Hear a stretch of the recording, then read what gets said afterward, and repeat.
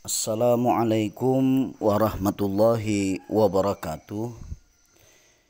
Alhamdulillah wassalatu wassalamu ala Rasulillah Sayyidina wa Maulana Muhammad ibn Abdillah wa ala alihi wa sahbihi wa mawalah wa ma'dah. Adik-adikku peserta perkuliahan statistik pendidikan pada jurusan pendidikan agama Islam STAI Rasyidiyah Khalidiyah Amuntai Kalimantan Selatan, serta para penyimak perkuliahan online dari kalangan umum. Nah, pada pertemuan kali ini untuk memastikan pemahaman terhadap rumus-rumus statistik pendidikan yang sudah kita pelajari dari pertemuan pertama sampai pertemuan minggu kemarin, sudah berbagai trik kita lakukan. Di antaranya belajar rumus, mengerjakan contoh-contoh, serta mengerjakan soal tiap rumus. Nah, kali ini kita akan implementasikan. Kali ini kita akan gunakan rumus yang sudah kita pelajari, kita terapkan jadi skripsi. Itu bagaimana supaya ada gambaran utuh. Yang sebelumnya kan gambarannya ini nama rumusnya, ini rumusnya, begini cara mengerjakannya, begini soalnya. Nah, saat itu belum terbayang kalau di skripsi bagaimana. Nah, untuk itu kita perlu contoh yang real skripsi, khususnya STAI Raha Amuntai, dalam menggunakan rumus statistik yang sudah kita sampaikan, yang sudah kita pelajari. Pada pertemuan kali ini supaya lebih real tentang itu, kita ambil langsung dari perwakilan skripsi awal tahun ajaran 2021 kemarin. Ada saudari Paujiah yang pembimbing skripsinya Bapak sendiri, ya. Bapak yang membimbing saudari Paujiah dalam mengerjakan skripsi. Judul yang diangkat Paujiah adalah pengaruh pembelajaran akidah akhlak terhadap perilaku siswa kelas 7 di MTS Matlaul Anwar, Rantau Bujur Hilir, Kecamatan Sungai Tabukan, Kabupaten Hulu Sungai Utara. Ya. Kalau terkait penulisan di sini kita acuhkan. Kenapa?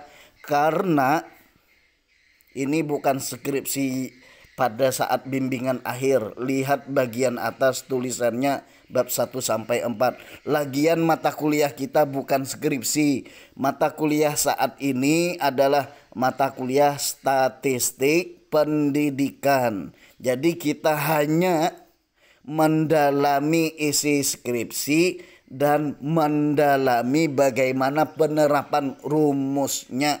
Kalau segi teknik penulisan dari judul saja sudah salah, ya.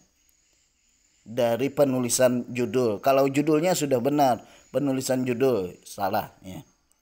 Jadi judulnya pengaruh pembelajaran akidah akhlak terhadap perilaku siswa kelas 7 di MTS Matlaul Anwar, Rantau Bujur Hilir, Kecamatan Sungai Tabukan, Kabupaten Hulu Sungai Utara. Dari segi judul, karena pengaruh itu berarti korelasi, ya kan? Ada hubungan atau tidak. Nah, maka rumus yang digunakan adalah rumus korelasi. Pada saat ini yang digunakan oleh Paujiah adalah korelasi produk momen. Korelasi produk momen. Yang dibandingkan, yang diukur itu apa? Ada hubungan atau tidak tuh dari segi mana? Dari segi yang pertama, lihat judulnya, pengaruh pembelajaran akidah akhlak. Nah, jadi pembelajaran akidah akhlak itu ada pengaruhnya tidak?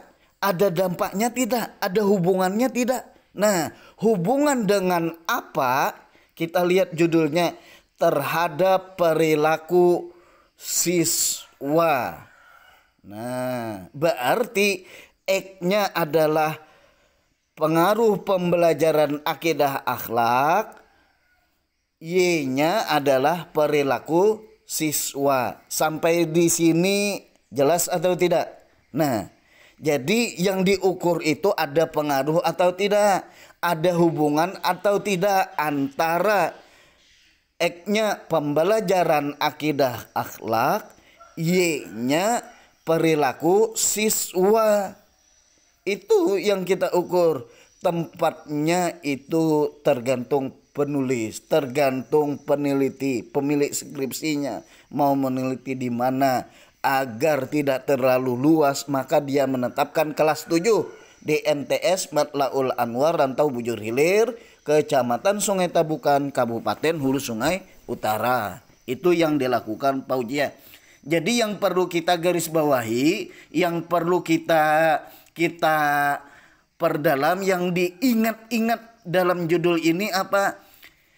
Yang kita ukur, yang kita nilai, yang kita hitung itu antara pembelajaran akidah akhlak, hubungan antara atau pengaruh antara X-nya pengaruh pembelajaran akidah akhlak, Y-nya perilaku siswa. Karena kita melihat bagaimana skripsi yang utuh ini adalah tampilan judul. Beginilah penulisan di Stairaha. Ya. Kita lihat. Yang kedua ternyata surat pernyataan, abstrak dan lain-lain. Ya. Lihat. Nama pembimbingnya lihat di nomor 2. Bapak Doktorandus Haji Munadi Sutra Ali MMPD. Dan pembimbing yang selanjutnya adalah Bapak sendiri, yakni Syahrani SPDI MM. Nah, itu kan bimbingan Bapak sendiri. Ditulislah dalam bentuk daftar isi. Contohnya seperti ini. Nah, ada bab 1, bab 2, bab 3, bab 4, bab 5. Karena kita akan menentukan rumus korelasi produk momen itu diletakkan di bab 3, metode penelitian. Hitung-hitungan atau rumus tadi dihitungnya di bab 4 di laporan penelitian, di penyajian data dan analisis data. Di bab 1 itu tentang apa? Tentang latar belakang masalah dan penegasan judul. Kenapa judulnya itu tadi apa judulnya? Judulnya pengaruh pembelajaran akidah akhlak terhadap perilaku siswa. Kenapa itu judulnya? Itu nang dimaksud latar belakang. Nah, mungkin latar belakangnya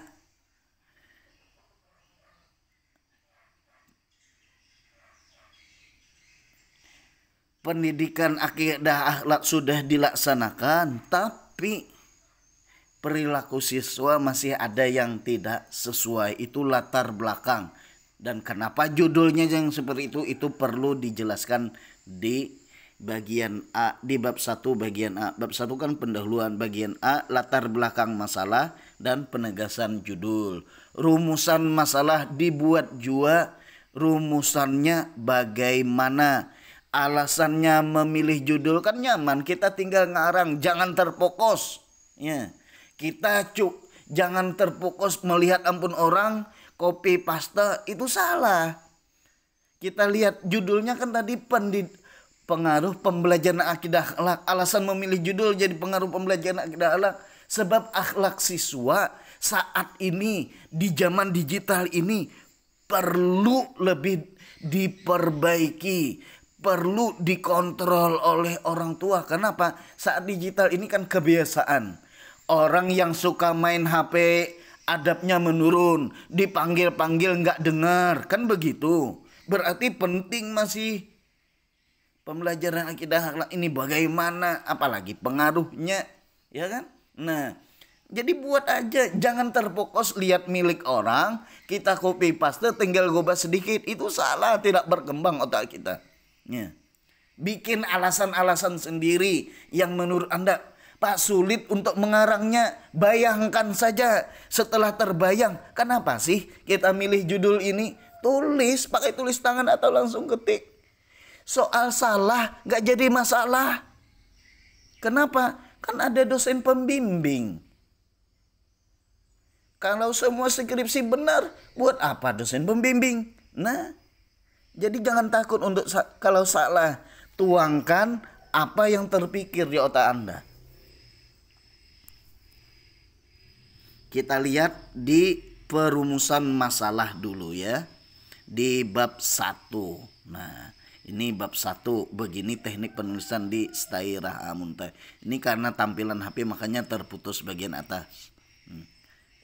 Nah, latar belakang masalah dan penegasan judul. Ini di Stairah Amuntai. Karena kampus agama harus ada dalilnya. Ya, harus ada dalil Al-Quran dan hadisnya. Rumusan masalahnya bagaimana? Nah, rumusannya kan tadi tentang pembelajaran akidah akhlak. Yang kedua, perilaku siswa. Maka kita tanyakan saja di depannya tambah bagaimana pelaksanaan pembelajaran akidah akhlak. Nah, ya kalau yang kedua tadi tentang apa? Perilaku siswa. Tambah bagaimana di depannya, bagaimana perilaku siswa. Nah, siswa yang di mana itu yang dijelaskan. Siswa kelas 7 saja, berarti jelas yang kita teliti kelas 7 saja. Siswa kelas 7 di MTS Matlaul Anwar. Nah, yang ketiga, karena kita korelasi produk momen, maka pertanyaannya seberapa besar, tambah judul, ya kan? Judul kita yang seutuhnya itu apa? Seberapa besar? Atau bagaimana pengaruh pembelajaran akidah akhlak terhadap perilaku siswa, bla bla bla bla. Ya. Sampai di sini bisa dipahami kalau. Nah, begitu juga nanti X-nya itu kan pelaksanaan pembelajaran akidah akhlak. Berarti di soal di nomor 1 ini olah angket tentang pembelajaran akidah akhlak. Yang nomor 2 perilaku siswa, buat angket tentang perilaku siswa. Contoh pembelajaran akidah akhlak itu buat 30 pertanyaan angket. Perilaku siswa buat 30 pertanyaan angket. Contoh. Nah, maka kan ketahuan X-nya tentang pembelajaran akidah akhlak, Y-nya tentang perilaku siswa. Alasan memilih judul kan biasa-biasa aja nih. Anggapan dasar, hipotesis, signifikansi, dan lain-lain. Pengertian pembelajaran. Kan pembelajaran akidah akhlak. Bab 2 ini teori-teori saja, ambil dari berbagai hal. Kalau nanti Bapak sebagai pembimbing skripsi Anda, kalau Bapak biasanya buku itu harus kutipan terbaru. Sulit Pak, nggak ada uang untuk beli buku. Tenang. Yang penting Anda taat, Anda akan Bapak ajari bagaimana cara mencari buku di Google agar ketemu buku yang kita perlukan. Jadi nggak modal uang, cukup modal kota sekian, download gratis, tinggal baca. Tuntutannya, mampu tidak Anda membaca buku yang Bapak sarankan. Nah, itu saja. Ketik bab bab 2 kita lanjut aja. Ini contoh skripsi yang real.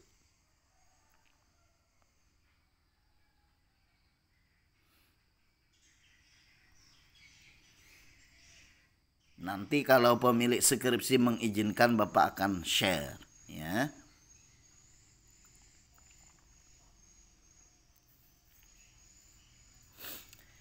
Setelah kita ke lapangan di bab 3, waktu kita minta izin dengan kepala sekolah dan dewan guru untuk melaksanakan penelitian setelah si Paujiah itu ke MTS Matlaul Anwar kelas 7, ternyata kelas 7 di sana ada 2 ya, ada 7A dan 7B. Datanya demikian. Datanya ini. Nah, itu kan salah subjek dan objek. Populasi dan sampel. Harusnya subjek dan objek, tapi penamaan tabel salah. Ya.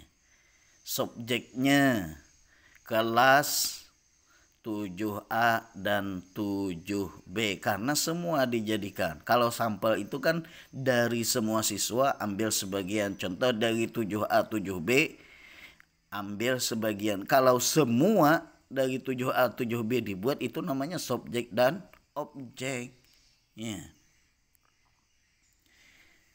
Dari kelas 7A laki-laki 11, perempuan 18, jumlah 29. Kelas 7B laki-lakinya 9, perempuannya 20, jumlah sama pada 29. Nah, tinggal kita tentukan aja tekniknya, observasi, wawancara, angket, dokumenter, dokumen tentang pendirian. Nah, di sini yang dimaksud Bapak rumusnya. Itu tadi kan bab 3. Nah, ini rumus korelasi produk momen. Nah, ini perhitungan kasar yang biasa Bapak ungkapkan. 0,01 sampai 0,20 korelasinya sangat rendah. Ini perhitungan kasarnya kan.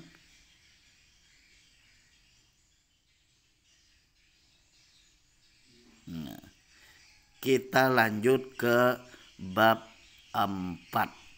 Bab 4 begini. Gambaran umum lokasi penelitian. Ini tentang data-data lokasi yang diteliti. Jadi sebenarnya mudah saja. Data guru-guru yang di sana, kebetulan saat ini yang menjadi kepala di saat si saudari Paujiah itu meneliti di sana, kepala sekolahnya adalah Bapak Abdillah SPDE sebagai kepala madrasah.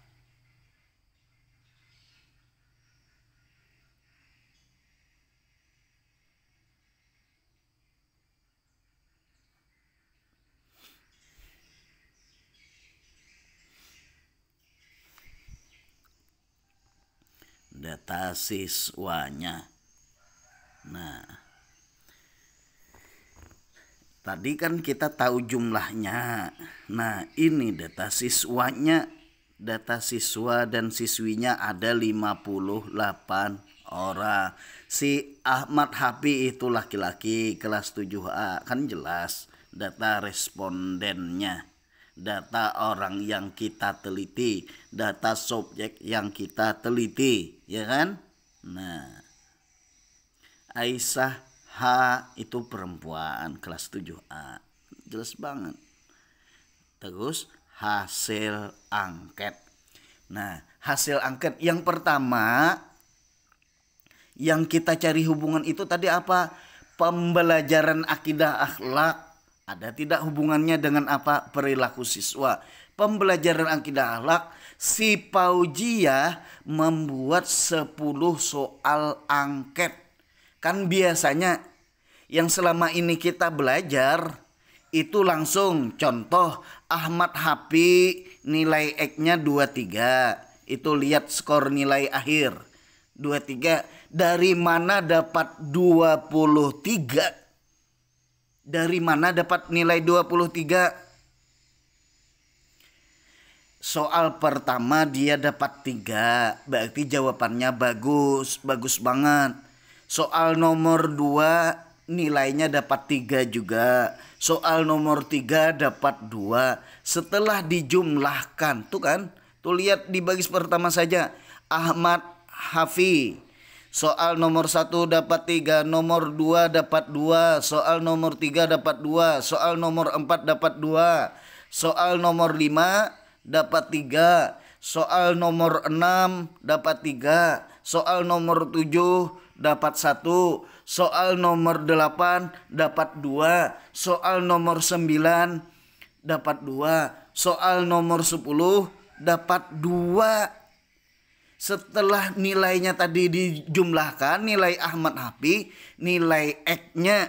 X itu apa? Pembelajaran akidah akhlak. Nilai angket pembelajaran akidah akhlak. Tuh, lihat judul tabel.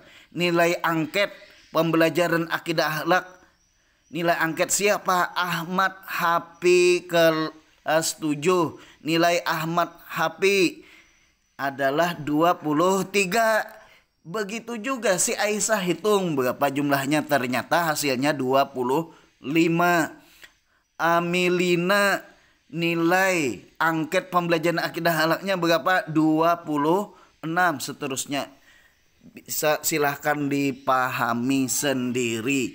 Pembelajaran akidah akhlak itu tadi sebagai apa? Sebagai X, ya kan? Ahmad Hafi 23, X-nya Ahmad Hafi 23, Aisyah H 25, Amilina 26, dan seterusnya sampai orang nomor 58. Ya kan? Itu X. Y-nya apa? Kalau X-nya pembelajaran akidah akhlak, Y-nya tadi apa? Perilaku siswa. Kan yang dianu itu yang kita teliti, ada tidak pengaruh pembelajaran akidah akhlak terhadap akhlak siswa? Ya kan? Nah, berarti Y-nya akhlak siswa. Bikin lagi angket. Si Paujiah, pemilik skripsi ini, membuat 10 angket tentang perilaku siswa. Nah, 10 angket tentang perilaku siswa. Ahmad Hafi soal nomor 1 tentang perilaku siswa itu dapat 3. Soal nomor 2 dapat 2. Pak, di mana tahunya dapat 3 dapat 2 kayak apa cara menilainya? Bagaimana cara menilainya? Nah, contohnya begini. Contoh kan soalnya tentang perilaku siswa. Berarti buat angket tentang perilaku siswa. Contoh soal perilaku siswa. Apakah Anda memperhatikan saat guru menjelaskan pembelajaran? Kan itu akhlak siswa. Apakah Anda memperhatikan guru apakah Anda memperhatikan saat guru menjelaskan pembelajaran? Nah, saat guru menjelaskan pelajaran, memperhatikan tidak?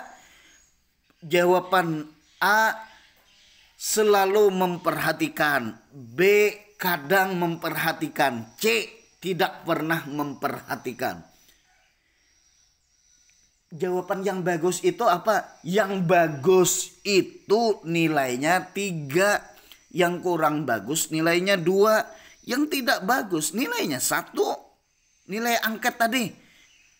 Contoh, kan contohnya tadi pertanyaannya, apakah Anda memperhatikan saat guru menjelaskan pelajaran? Pilihannya A, selalu memperhatikan. Bila memilih A berarti nilainya 3 untuk soal nomor 1 tadi. B, kadang memperhatikan. Bila memilih B nilainya 2. C, tidak pernah memperhatikan. Bila memilih C nilainya 1. Kan jelas. Nah, si Ahmad Hafi memilih jawaban A, selalu memperhatikan. Nah, begitu juga di soal nomor 2, ternyata dia memilihnya kurang memilih karena memilih sesuai kondisi dia, bukan memilih yang terbaik. Menjawab angket Menjawab angket penelitian bukan menjawab mana yang terbaik, tapi menjawab sesuai dengan kondisi, menjawab sesuai dengan kehidupan penjawab angket. Kalau soal ulangan, kalau soal ujian itu dijawab mana yang paling tepat. Tapi kalau soal angket itu dijawab mana yang paling sesuai dengan kehidupan, bukan yang paling bagus jawabannya. Ya, sudah. Akhirnya nilai perilaku siswa ada khususnya Ahmad Hafi itu dapat 28, Aisyah dapat 29, Amilina dapat 29, Asiyah dapat 28 dan seterusnya sampai siswa nomor 58. Perilaku siswa tadi jadi apa? Jadi huruf Y. Pembelajaran akidah akhlak jadi ek. Ek-nya pembelajaran akidah akhlak, Y-nya apanya? Y-nya perilaku siswa. Kan bisa jadinya kita gunakan rumus korelasi produk muman. Kenapa? Karena sudah dapat X-nya berapa, Y-nya berapa. Nah, langsung sudah.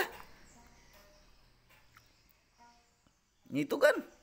Nah, dapat sudah. Ahmad Hafi X-nya 23 kan begitu tadi, Y-nya 28 dan seterusnya. Baru kita tentukan setelah yang seperti ini X kuadrat di sini karena tampilan HP. Jadi bukan 2 yang di atas, 2 yang di bawah. Nah, di sini kelemahan si penulis skripsi masih X2 karena belum selesai bimbingan saat itu. Ya. X kuadrat bukan X2 yang seperti itu. X kuadratnya Y kuadrat XY ya. Sampai di sini kan bisa dipahami karena kita di sini sudah belajar. Karena sudah didapat X-nya berapa, Y-nya berapa, maka kita bisa menentukan X kuadrat berapa, Y kuadrat berapa, XY berapa. Seterusnya yang di bawahnya kita juga tahu jumlah X-nya berapa, 1446. Jumlah Y-nya berapa, 1517 atau 1517. Jumlah X kuadrat 36.502. Jumlah Y kuadrat 39.995. Jumlah XY 38.022. Selanjutnya pengaplikasian rumus korelasi produk momen. N itu apa? Jumlah orangnya, orang yang diteliti berapa? 58 orang. Jumlah X berapa? Kita lihat di tabel 1446. Jumlah Y 1517 begitu dan seterusnya. Ya. Kita masukkan saja lagi ke rumus. Bagaimana penggunaan rumus? Insya Allah kawan-kawan sudah paham karena sudah kita ajarin, karena sudah kita berikan contoh soal, bahkan kita sudah latihan harian, bahkan kita sudah latihan setiap rumus dengan contoh yang real. Ya. Akhirnya didapat hasil dari perhitungan RXY adalah 0,53054032118. Kita pendekkan saja. Kalau kita ambil 3 angka berarti 0,530. Kalau kita ambil 2 angka 0,53. Perlu ambil 3 angka, perlu ambil 2 angka. Setelah koma itu terserah. Kita lihat tabel DF-nya. Kalau tabel DF-nya setelah koma itu 3 angka, maka kita ambil saja 3 angka. Ya kan? Jadi ada ketentuannya. Meskipun terserah tapi ada ketentuannya. Kan untuk membandingkan harus sama dengan itu. Kita hitung, interpretasikan, kita bandingkan, kita takar dengan perhitungan kasar. perhitungan kasar. Kan hasil hitungnya 0,530. Nah, 0,53. Kalau perhitungan kasar kan seperti ini. 0,00 sampai 0,20 itu korelasinya rendah sekali. 0,20 sampai 0,40 termasuk kategori rendah. 0,40 sampai 0,60 termasuk kategori sedang. Begitu seterusnya. Hasil hitung tadi berapa? 0,530. 0,53 bagian mana? Bagian tuh nang nomor 3 anta 0,53. 0,53 itu antara 0,40 sampai 0,60. Itu termasuk apa interpretasinya? Korelasi antara X dan Y termasuk kategori sedang. Itulah hasilnya. Hasil perhitungan kasar. Tuh lihat kalimat di bawah. Berdasarkan interpretasi di atas, korelasi antara variabel X dan variabel Y adalah positif, yakni 0,53. Dengan kata lain, korelasi antara pengaruh pembelajaran akidah akhlak terhadap perilaku siswa kelas 7 MTS Matlaul Anwar Rantau Bujur Hilir, Kecamatan Sungai Tabukan, Kabupaten Hulu Sungai Utara dapat atau termasuk dalam kategori sedang. Di mana kalimat sedang didapatnya? Ini kan di sini. Lihat 0,40 sampai 0,60 korelasi antara variabel X dan variabel Y termasuk kategori sedang, tuh kan? Sedang. Maka di bawah juga begitu. Nah, selanjutnya kita gunakan analisis dengan menggunakan tabel DF. Nah, tabel DF. Orang yang diteliti tadi berapa? 58 orang. Tuh kan? 58 orang. DF-nya N kurang NR. N itu jumlah orang. Jumlah yang diteliti 58 orang. NR-nya tetap. NR-nya 2. Kenapa maka 2? Sebab yang dihubungkan itu 2. Pembelajaran akidah akhlak 1. Yang kedua perilaku siswa. Kan ada 2, berarti kurang 2. 58 kurang 2 berapa? 56. Maka kita lihat tabel DF di 56. Berapa? 56 itu di 5%-nya adalah 0,2181. 1%-nya berapa? 0,3048.